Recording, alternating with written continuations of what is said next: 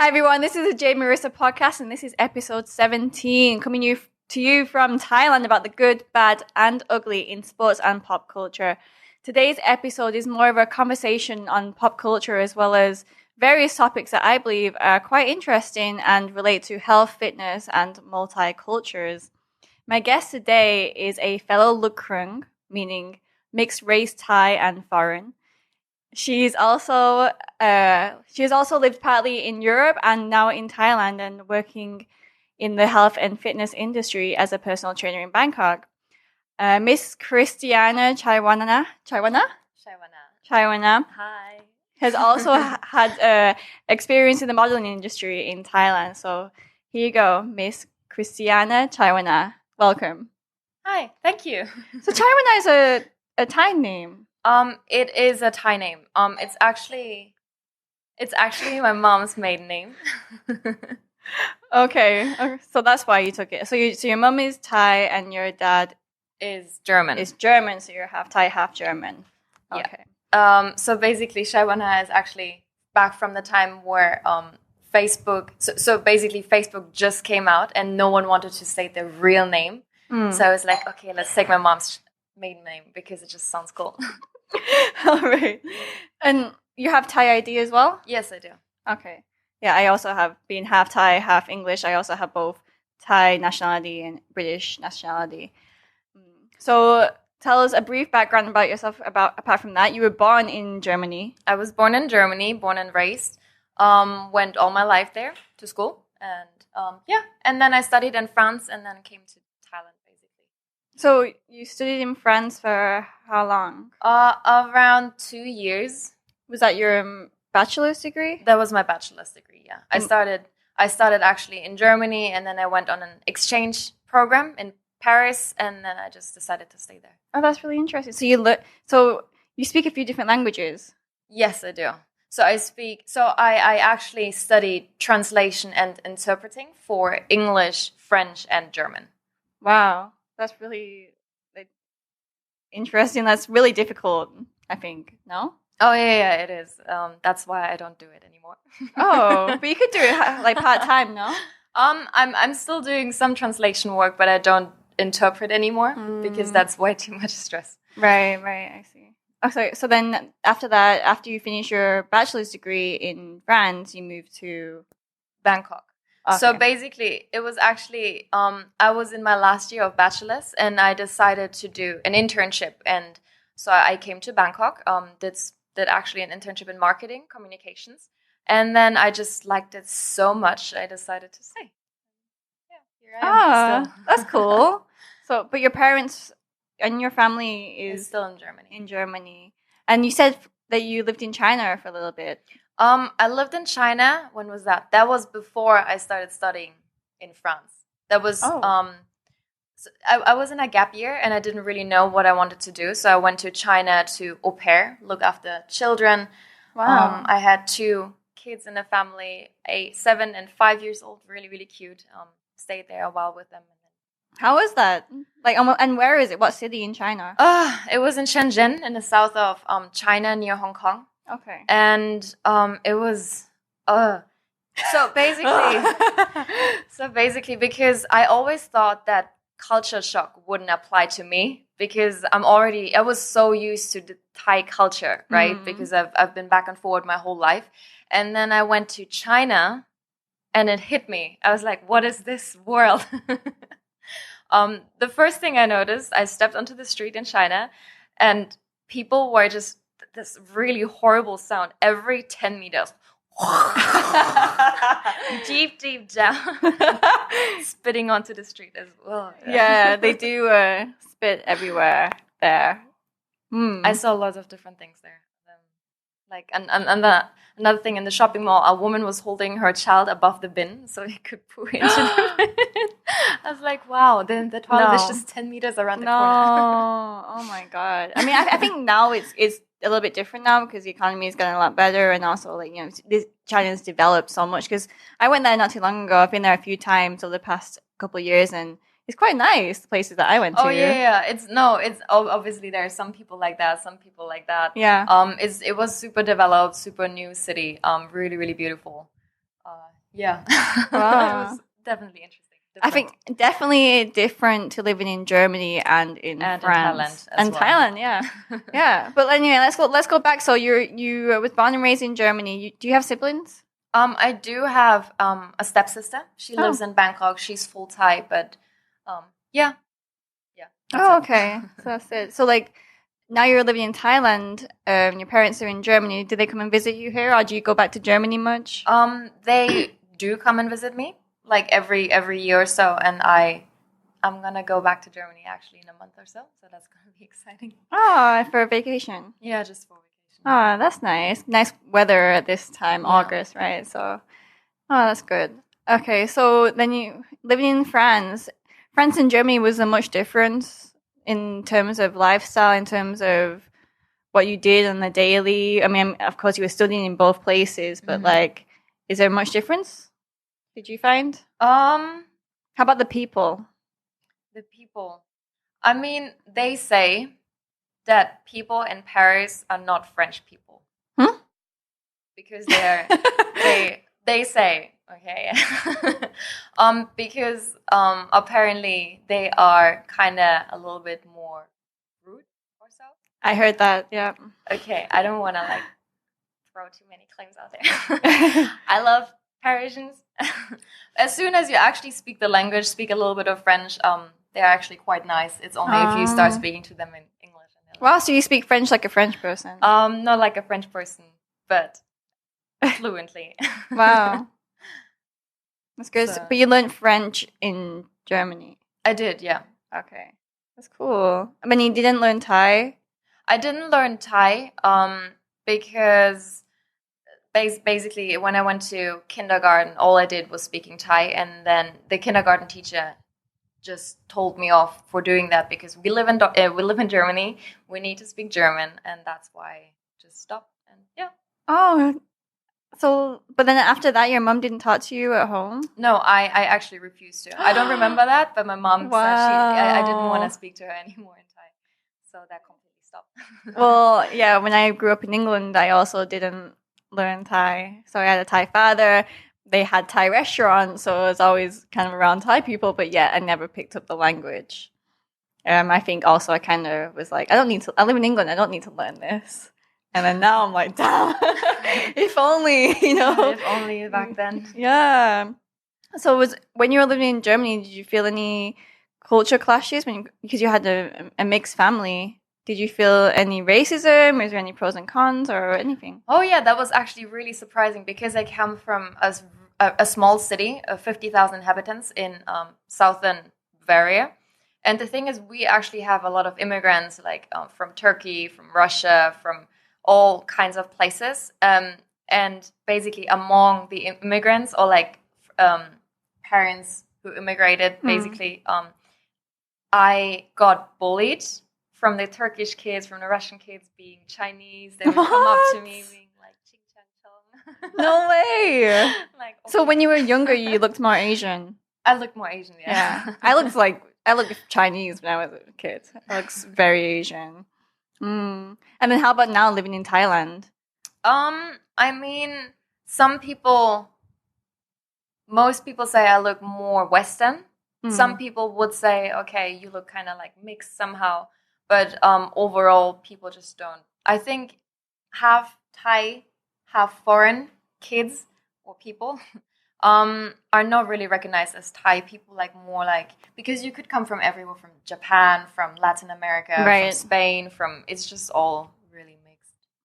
Yeah, that's how I feel. I feel like in England, I'm not full English, and like in Thailand, I'm not full Thai, which I'm not, but like there's no place that the people are just like, oh yeah, she's a Thai person. Oh yeah, she's like a white British person. Yeah, we're now creating our own little world of halfies. Well, in Thailand, if someone's coming up and asking you, why don't you speak Thai? You're Thai, you have a Thai ID card, but you don't speak Thai. You just say, I'm halfie. And everyone's like, oh. Okay. Okay, you have that excuse. That's good. Or like even, why do you speak Thai? You look so Western. You look like Farang, right? And you would just say, I'm halfie. Like, oh yeah, they're like, oh yeah, you speak Thai so good. I'm like, thanks. Like half Thai. I've lived here like 10 years. And then they ask, why is it so bad? I know, right? And then, so why is your accent so bad? Oh, God. You can never win. Sorry. Do you think there's any pros and cons for being a mixed race here? Pros and cons. Living in Thailand? Yes, living in Thailand. Huh. I don't see any cons if you have a Thai ID card. The pros are whatever happens, you just say, I'm happy. Sorry na. I think I know that when I was fighting Muay Thai, like people would love to see me fight. I always get more opportunities than the other girls because I think that I'm mixed race and like it's different for them to see that. So like they're always like, "Oh, put Jade on the show." Yeah, they want to see me get punched in the face. Let's bring this half girl up, get her punched. Okay. So let's talk about social groups. Wait, so how long have you lived in Thailand again? 3 years. 3 years? Really? Yeah, 3 I years feel like now. longer than that. I feel like I've known you longer than that. 3.5 years? Possibly. I'm not sure. I don't know. Yeah, so social groups in Thailand, like in terms of friends, dating, let's say, what's your interpretation of men in Thailand as well? Because, I mean, the stereotype or what people really think about it when is like either the foreign man comes to Thailand, the Thai woman, but no one really considers the half Thais. And now there's so many of us. So in terms of friends, you know, Thailand is such a collective place, I feel like. So many Thai people have their friends from high school, from school, and they've been friends with these people forever. And it's kind of hard to go in there. And then the foreigners that come here, they end up going. They end up leaving and going back home. So then in like getting friends here is kind of difficult, I think. And then also depending on what you like to do is also kind of a difficult thing. So say like I do Muay Thai in the fitness industry, it's kind of hard to find others alike like that, you know? How do you feel? Actually, I've never had problems finding friends actually in Bangkok because by nature, I'm a really open person. So I would just go up to people, say hi. I don't know, can I join? Whatever. Oh, yeah, or like yeah, if there are meetup groups, there are Facebook groups, people are quite open here actually, especially the foreign people or Thai people who speak English at least. In terms of, what were we saying? So I was saying friends, dating. Yeah. Right. Right. Friends. Dating part.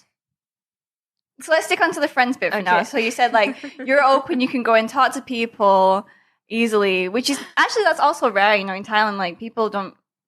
They're very, like I said, they're collective and kind of introverted, so they don't really go out and to like talk to strangers. Whereas, say I was in America, I'd be sat somewhere and someone's like, "Hey, how you doing? How's your day going?" You know, but in Thailand, you don't get that. Really, I would find that really strange. Actually, on the other hand, if someone came up to me, "Hey, what's up?" I'm like, "What do you want?" Yeah, well, that's how I thought. But apparently, in America, a lot of people do that. They're actually quite friendly. Yeah. Okay.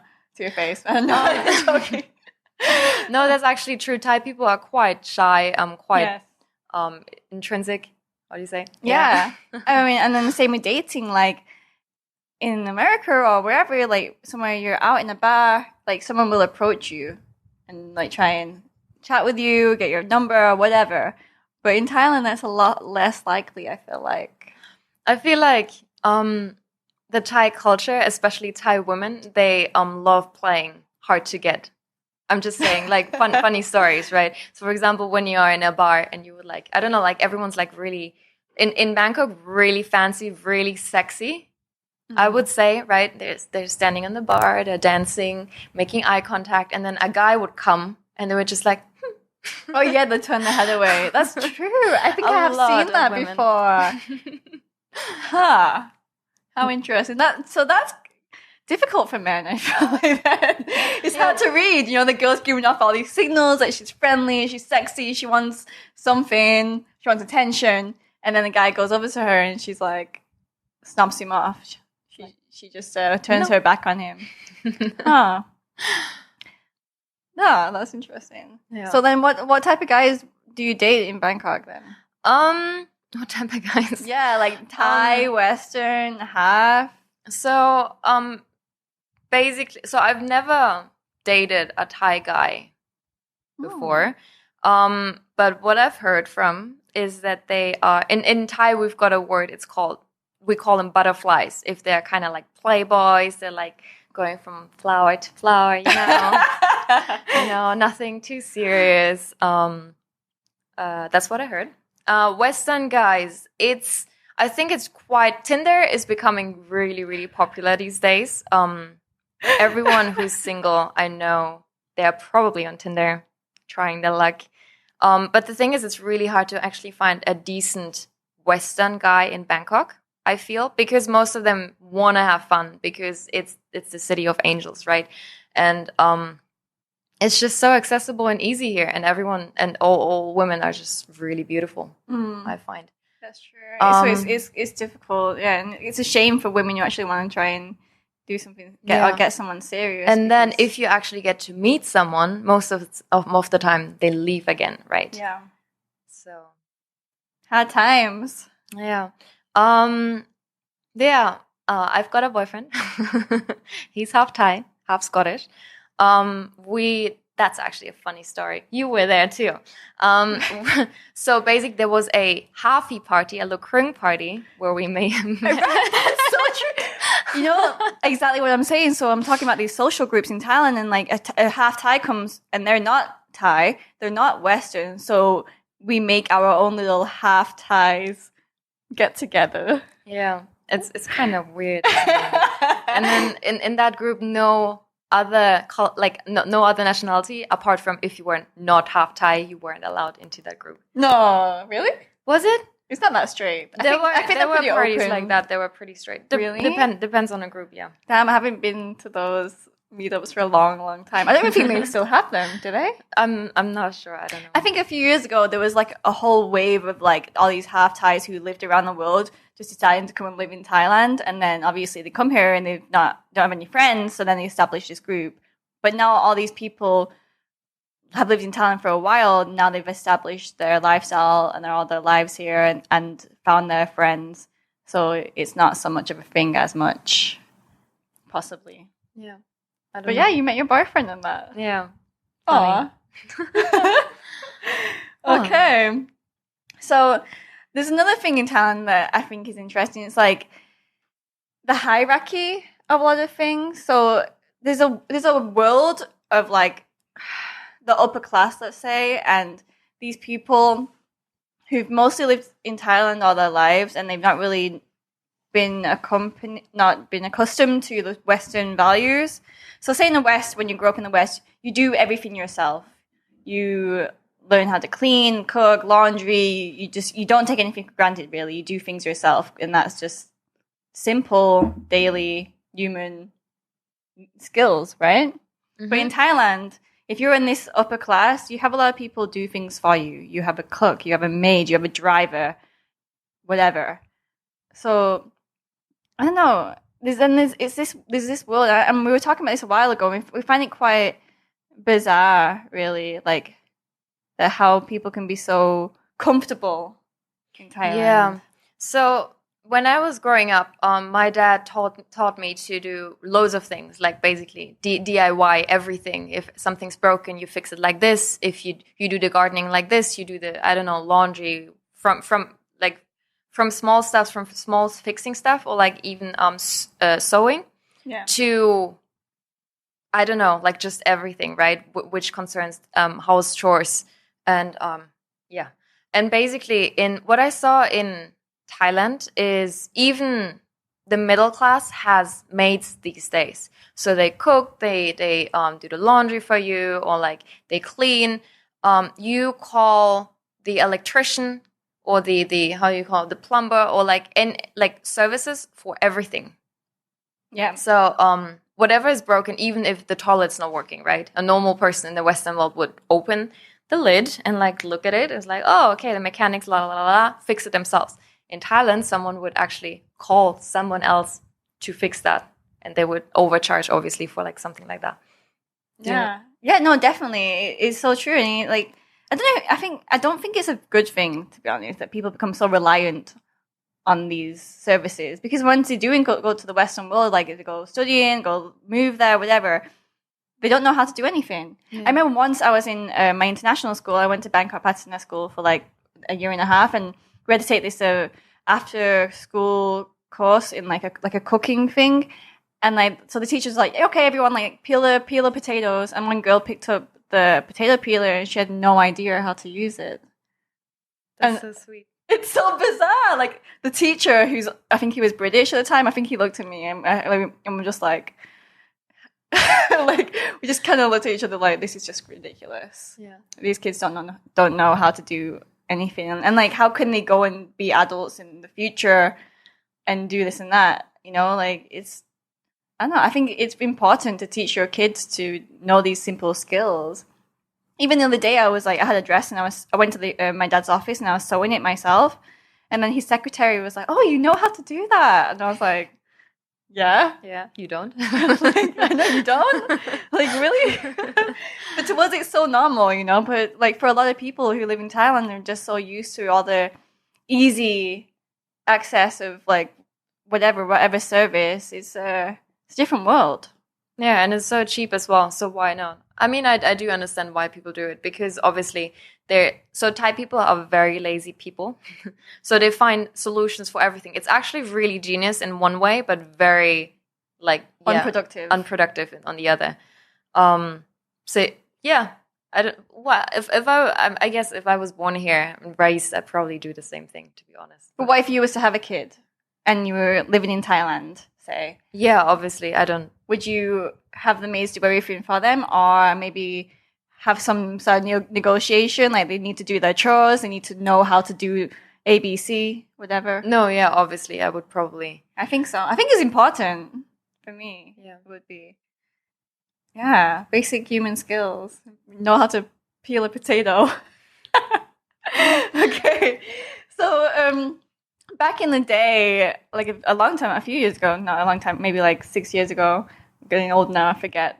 I was getting into a little bit of modeling industry in Thailand, and I know that Christiana also has quite a big experience of modeling and acting in Thailand. So share with us, how was that? The modeling industry. So that brings me back to my story when I started my internship in Bangkok. So I finished the internship and then I got right into the modeling industry because a friend of mine said, "Hey, you're half Thai. Everyone who's modeling here is half Thai. You should try it out." So I went to a few agencies. I was just freelancing because none of the bigger agencies actually wanted to take me on a contract or so. Because contracts are normally like 3 months or so and you can only go with that specific agency. But yeah, I don't know.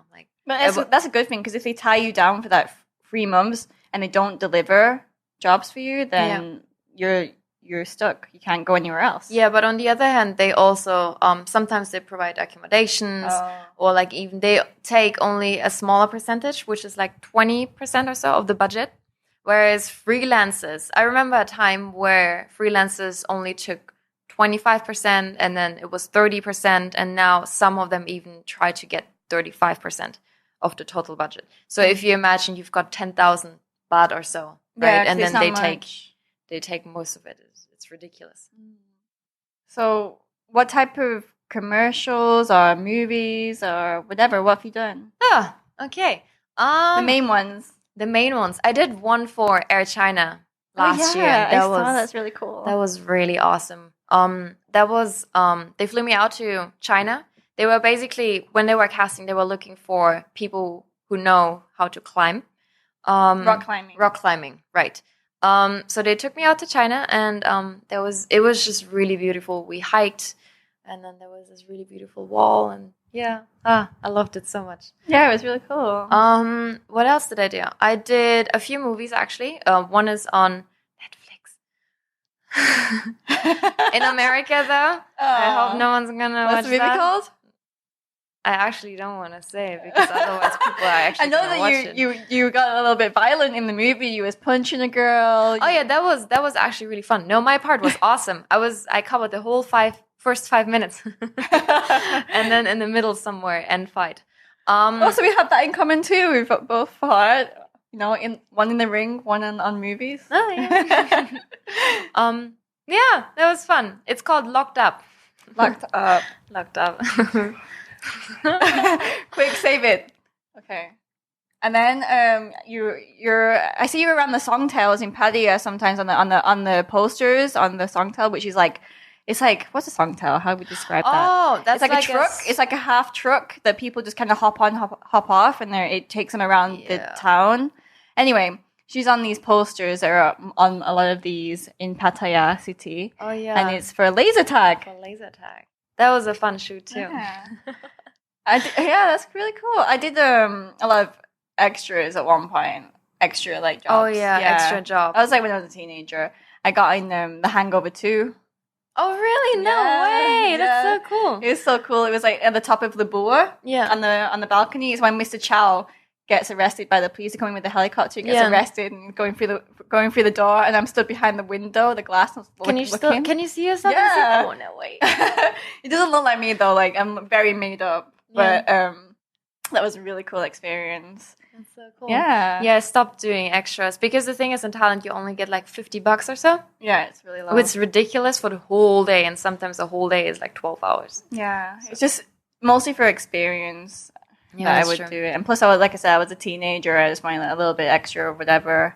So yeah. But I would I would say acting in Thailand is a little bit difficult because the thing is most movies who come here are low budget movies, so you can't really expect high quality. And even if it's a Hollywood movie or whatever, they already bring their actors in and maybe look for like extras or stunt doubles or whatever. That's true. Yeah, they do their castings all like back in Hollywood or wherever. So yeah, but having your look being mixed race, do you feel like you're a particular look for a certain client or customer from a different country or whatever? Because I mean, you could go for any like that's race. That's what I thought too when I started modeling here, because I was like, I'm half Thai. Like everyone loves half Thai, right? Until I started working and I realized everyone's half Thai and they're all so much prettier and skinnier than you and taller as well. Yeah. Yeah, so. I know that. I know how that feels. We're both in the same boat there. So yeah, not really, no. Yeah. Any tips for anyone who wants to come and do modeling in Thailand or acting or is already in Thailand and considering it? How would you get into it? Or I mean, it's not that hard to get into modeling or acting here in Thailand. You just need to either go with an agency, get on a contract, or you need to start developing relationships, get more contacts, and that just takes time. Basically, talk to as many people as possible. If you go to a casting, talk to the casting people, get a few numbers, and then just call and message around. I remember when I was doing it, there was like models night at clubs like every day of the night in Bangkok, in all different clubs or bars, and the models can go in and they get like so many free drinks. So you'd see on weekdays all these models going in and getting trashed. But it's not. Do they still do that though? They still do that, but the clubs are not really nice. So I imagine like if you go with a group of friends, you get trashed, you go to another club, then it's worth it. Yeah. I mean, most of them, they go in, like, the ones that are like... in flocks. In flocks.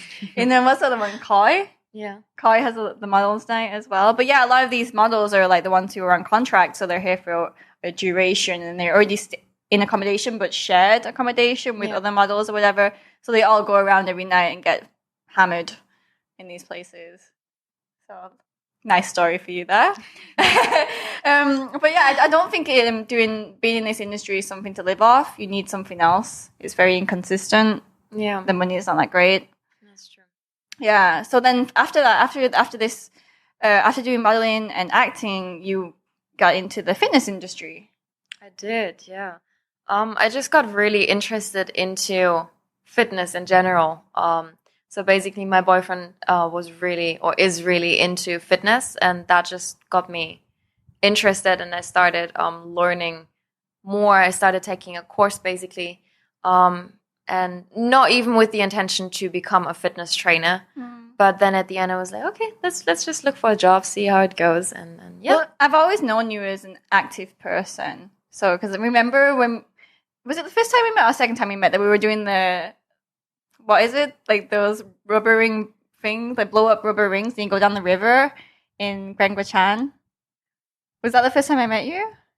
We're doing some water activity in Chan. Why is that an active activity? We were drinking. You were drinking. I was not drinking.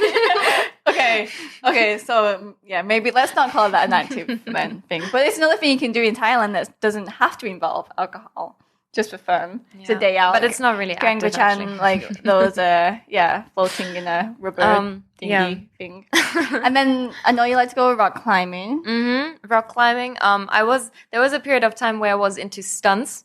Mm-hmm. So I was, after that movie Locked Up, actually, I was so convinced that this is it. This is so cool. I wanna become a stunt woman.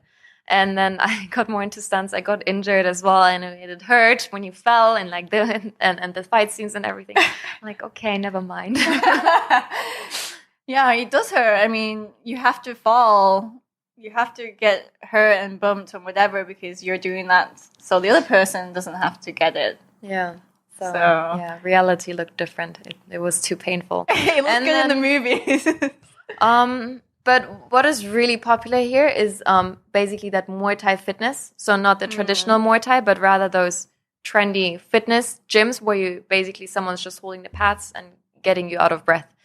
So I did that for a while, which was quite nice and fun. And but I feel like that was like a boom and then it came down. Yeah. Like it was really popular at one point and now it's started to die out a little bit. Like some gyms have survived, but a lot of gyms have closed down. Those studio ones, like RSM. I think there's only like ASOC branch now. Yeah, they had so many before, and like a lot of gyms, those studio ones have like closed down. It's really like mostly. I know FitFac is there, Cheeks is still there, Studio Muay Thai. Oh, that's interesting. I didn't know that. Yeah, it's really like died down. I mean, that's the thing though. Thai people, they follow trends. Yeah, they only like what's new. If like whatever shop opens or studio, they go in, they love it, 200 people at once, and then at 2, 3, 5 months later, no one cares about it anymore. Yeah. So like, I think after the Muay Thai was like the biking, like cycling, and then that's died out now. And then I don't know what it is now.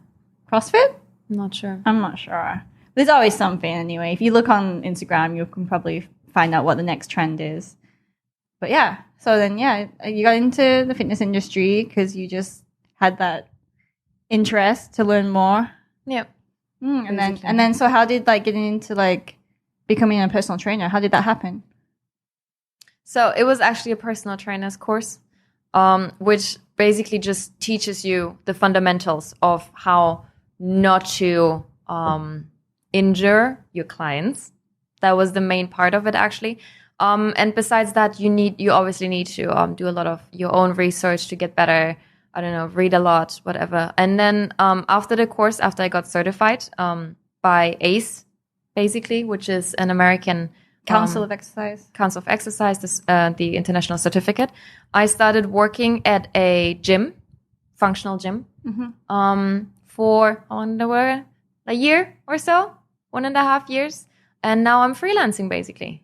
So I've got my own private clients. Most condos here have their own gyms. So I go from condo to actually train them, to coach them. Do you have to pay to go into the condos? Oh, no. No. They're allowed to bring one guest into the gym, right? Yeah, they're allowed to. That's good. And most of the time, people actually don't really care. Because personal trainers are actually quite accepted in the condo gyms, but there's only a handful of,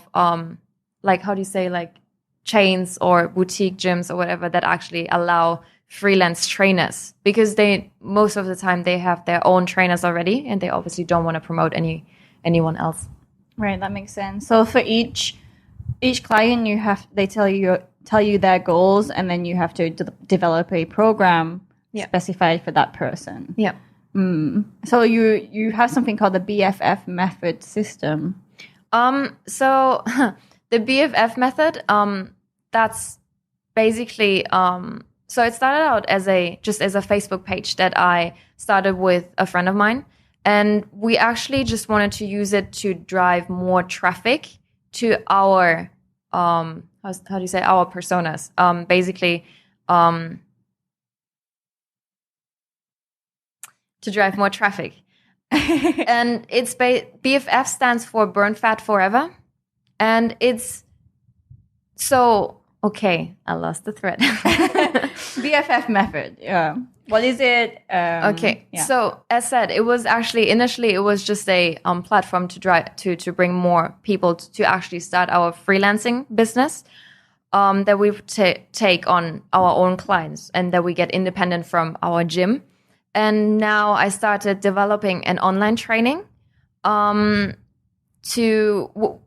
which I'm still developing. I want to get more people on it in a couple of weeks or so when it's ready, because I believe that weight loss, especially those who are looking for weight loss, who are not very experienced with working out or how everything works, I'm convinced that this online program or online program in general is going to benefit them more. Because the thing is, weight loss, muscle gain is all about nutrition and lifestyle. So 70% of it is going to be dependent on it. Only 30% of training. So I'm not saying that the training doesn't matter. It's just not as important as the nutrition part. And if your lifestyle is not adapted to basically what you're eating, socializing, I don't know, if you can't manage that balance, then it's not going to work. It doesn't matter how... Do you think it's easy to keep that balance living in Bangkok? I don't think that's a problem wherever you live. Because most of the time people think, okay, I want to lose weight, so I need to cut this, and that. And then they just restrict themselves from doing anything, eating anything, getting super unsocial. Because for them, it's either being super fit and doing this or being unhealthy and, I don't know, partying and with friends and stuff. Although you should be able to actually combine both. And that's what I'm basically coaching in my online course. A lot of people like to say that Thai food is healthy. What do you think? Thai food. So the reason why Thai people are so skinny, I'm not sure actually. It's genetics. And back, but nowadays, these days, not anymore, because all those Western influence, junk food, KFC, McDonald's are here, and just Thai kids and Thai adults just love it because it's so convenient and tastes good. But I remember back then, like 10, 15 years ago, everyone was like really super skinny. Yeah. I just think because they didn't eat that much in general. Maybe. Yeah, now the availability of just food. Well, I mean, food's always been everywhere, but yeah, maybe when they bought the Thai stuff, the Thai street food, it's so small, the portion size is. Yeah. Maybe that's why. And then now, yeah, if they go to a Western branch, whatever, like you said, Krispy Kreme or McDonald's is going to be a lot. They'll buy the whole 12 box of Krispy Kreme. And then I never see someone just walking around with like one little paper bag of one donut. They always like have that 12 box. That's probably me. Yeah. But back to your question, is Thai food healthy? It depends. It depends on how much oil they put in. It depends on if it's fried. It depends on how big the rice portion obviously is. It depends on a lot of things, obviously. How about the nutrition value of, like, let's say like a stir fry and rice? I don't think it's very nutritious. It depends on what you put in. So, what is nutritious, right? What is healthy? If you want to eat something healthy, let's say a plate, you always want to have carbs. Obviously, you want to have protein. You want to have vegetables on your plate minimum, and a moderate amount of oil or fat, right? And the thing is, with Thai dishes, it's either vegetable and rice or it's meat and rice. So there's most of the time, no good balance, or you order like several things. I think also the rate of diabetes in Thailand is very high.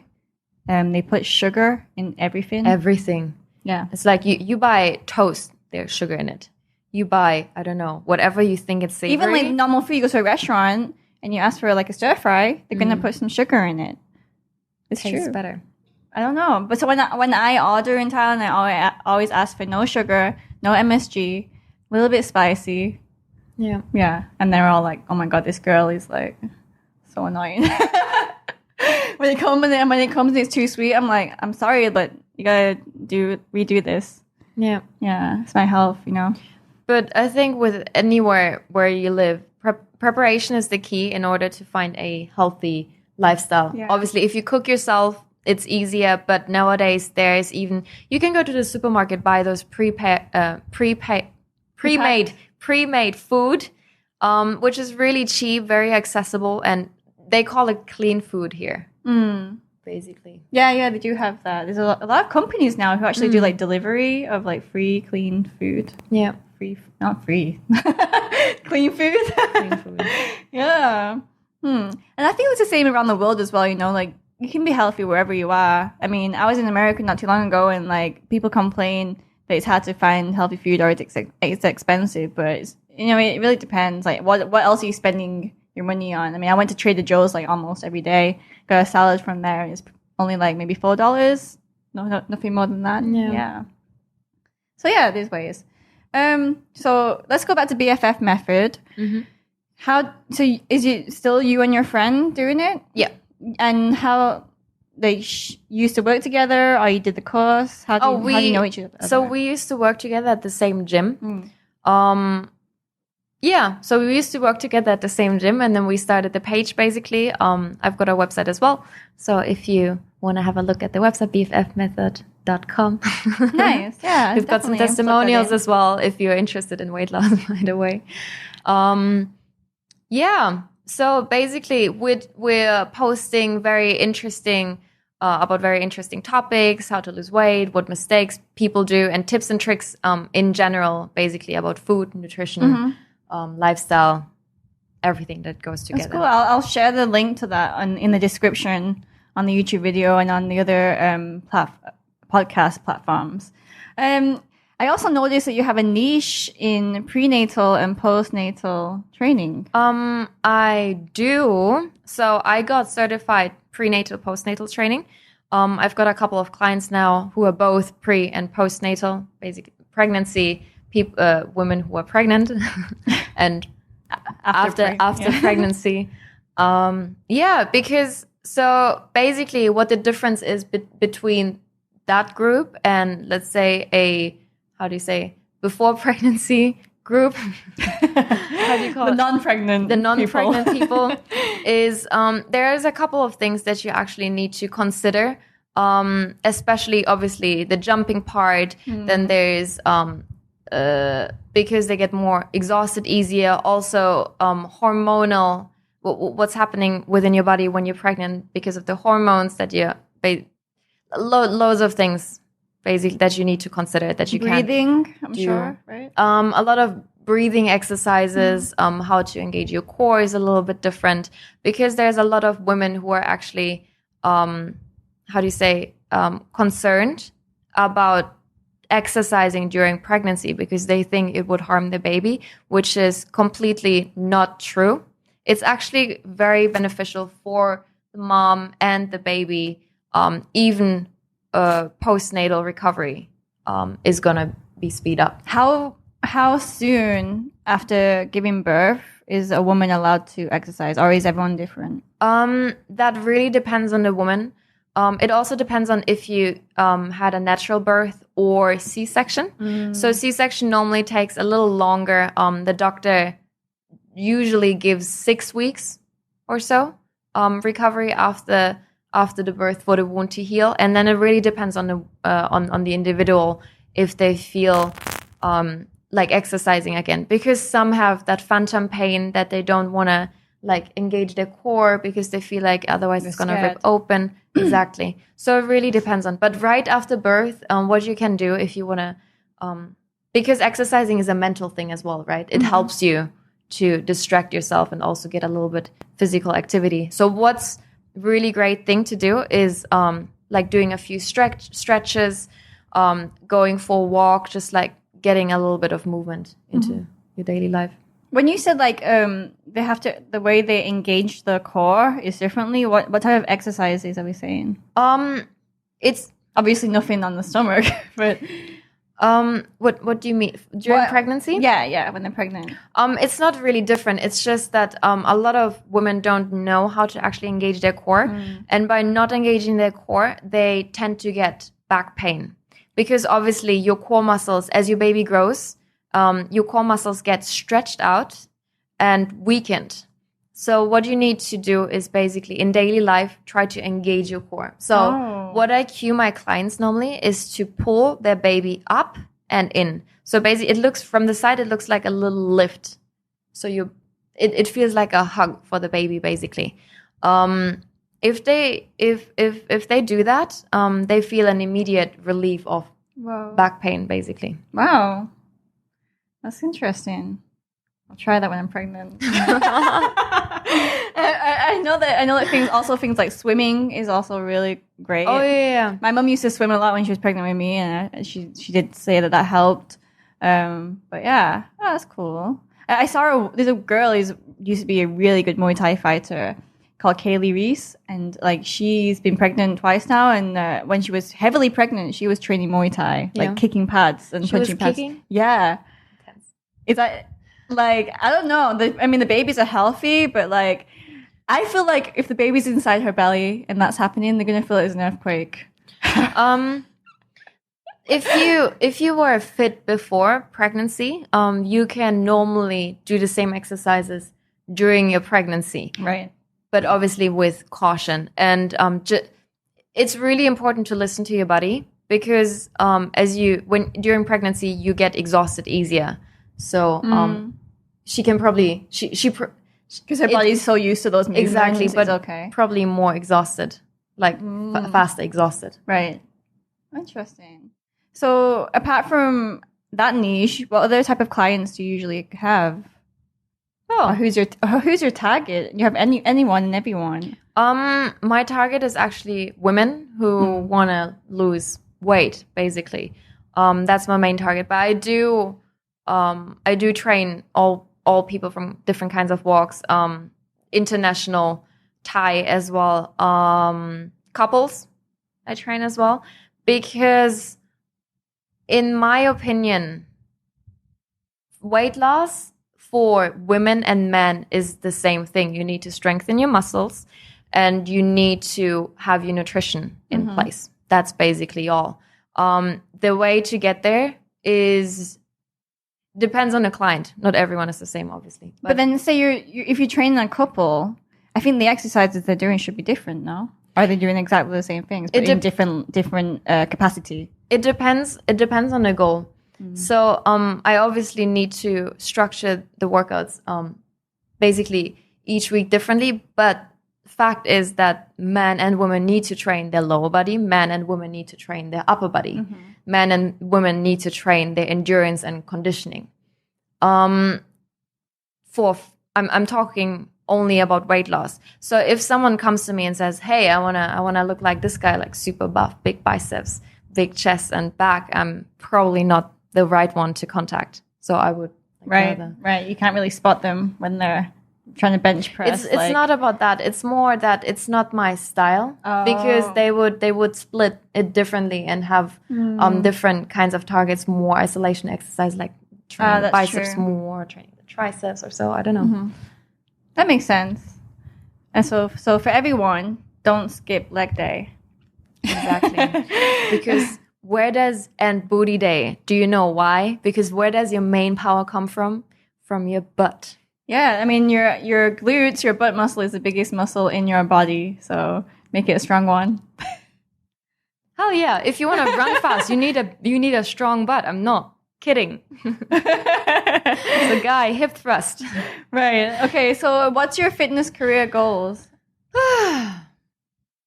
I mean, you're working on BFF Method. Is the website finished or is it still a process? I'm still working on the online training part. So the website is obviously finished for personal training, one-on-one.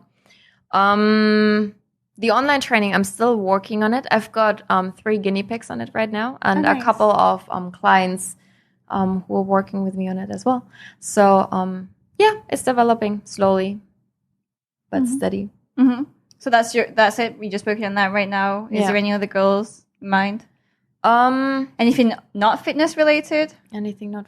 So right now, my whole life is just about fitness and trying to manage my schedule because it's very, very hectic. Because apart from training other people and trying to build my program, I need to train myself as well, obviously. Yeah. Not necessarily for the physical aspect, but also mentally. Yeah. I mean, you need to practice what you preach. Yeah. Yeah. So, I mean, I do think that if you're promoting something, then you do need to live that way or somewhat, you know. Because have you ever seen a personal trainer that is overweight? Maybe in Thailand, at Fitness First. I did, actually. And maybe smoking as well. I've seen them in Fitness First in Thailand, like in the parking lot, and they're all like stood there smoking on their breaks. Yeah. It's like, what? Would you want to have a personal trainer that is unfit and smokes? No. How are they going to help you?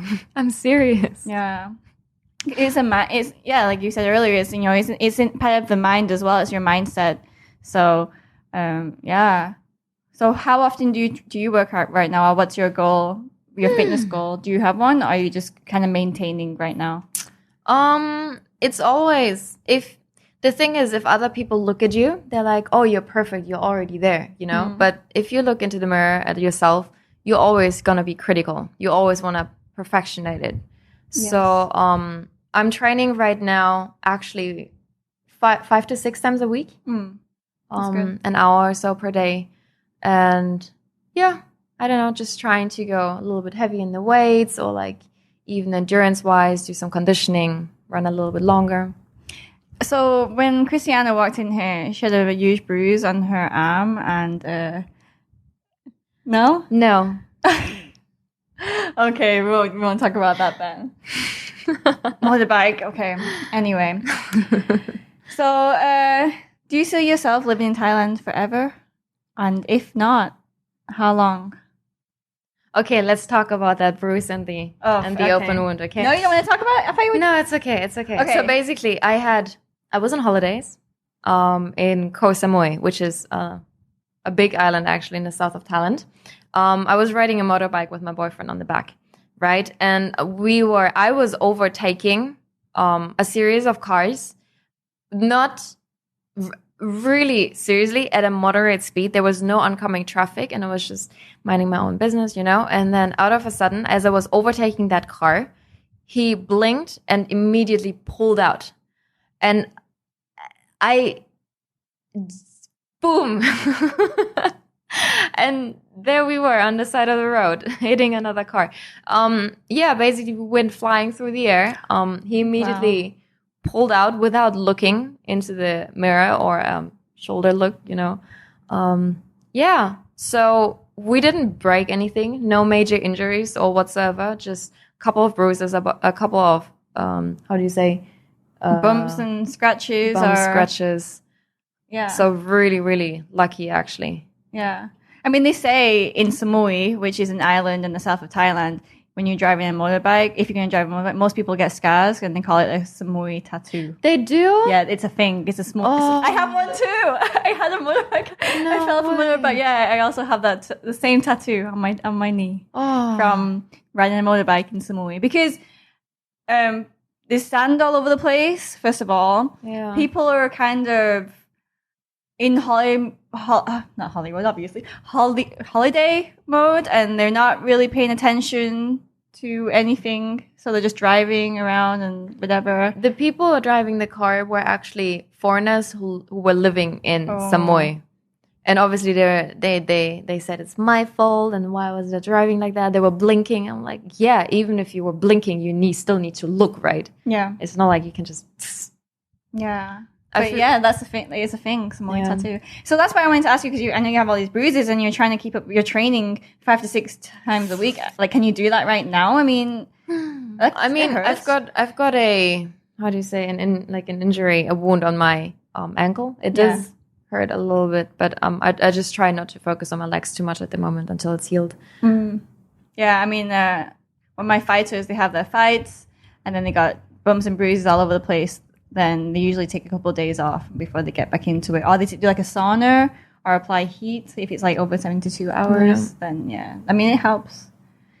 Yeah. And anyway, so the last question, do you see yourself living in Thailand forever? And if not, then how long? Or do you have any plans, really? Are you just living there, but you have no plans there? Okay. First question, no. Second question, any plans? No. I really don't know what's gonna come next. I'm pretty spontaneous with my ideas and my plans, and if one day I'm gonna decide, okay, I want to go back to Germany, I would move immediately back to Germany. Like it's really, that's why I don't really like being bound to one place. It kind of scares me. Do you think that's because you've lived in so many different places that you're so accustomed to moving around and living kind of like a free sort of life, and then also with the work that you do, interpreter and translator / personal trainer, you can do that anywhere. Yeah. I mean that was one of the reasons why I actually started interpreting, translating as well, because I knew that I could move anywhere in the world. And also fitness trainer is one of those jobs, like you just go to another place, you start working there. Yeah. No, that's good. It's good. So, it's good that you kind of have that what would you call it? Something special. So you have the fitness and you have the translation. So yeah, it's good that you have that. You don't really need a plan of where to go to next when you have something that you can kind of make your way anywhere. So right now my goal is getting that online training up, and just trying to get more people on it, to try to help as many people as possible, because I really think there is nothing like that out yet here. There are online training programs from other personal trainers, but most of the time what they do is just either customize or give you a standard training program, maybe even a video, and a set meal plan where they say, okay, you need to eat 1,500 calories and this and this and that and this, and don't eat this and that. So what makes BFF different? Basically, with my program, I try to actually help people, to educate people to understand how weight loss works, because there's so much misinformation out there. Because if you go to, let's say, a Pilates studio, to a yoga studio, everyone's going to tell you, oh yeah, you can lose weight with yoga, do this and that. Or they start trying out different things from Pilates to CrossFit over to functional training, and they don't really know what to do, how to structure it. And that's the big problem, because people I think that's true. Yeah, with the online, when you have a trainer, most of the time they will just tell you what to do and how to eat rather than teach you. Yeah. I think, and that's the main problem, basically. Education, lack of education on it. Yeah, and then also maybe they don't have the comfort to seek that, or don't know where to seek it. So yeah, it's good. So your first target of these customers for this program you're doing is in Thailand. Yes, but really you could teach or have a client anywhere in the world, right? Yeah. Eventually, yeah. I'm gonna start out here in Bangkok and then see how it goes, where it takes me. Okay. Is there anything else you want to talk about? I think we covered pretty much everything. All right. So thank you for listening to this episode. Please hit the like and subscribe button. Follow the Jade Marrisa podcast. Khop khun ka. And thank you, Christiana. Thank you.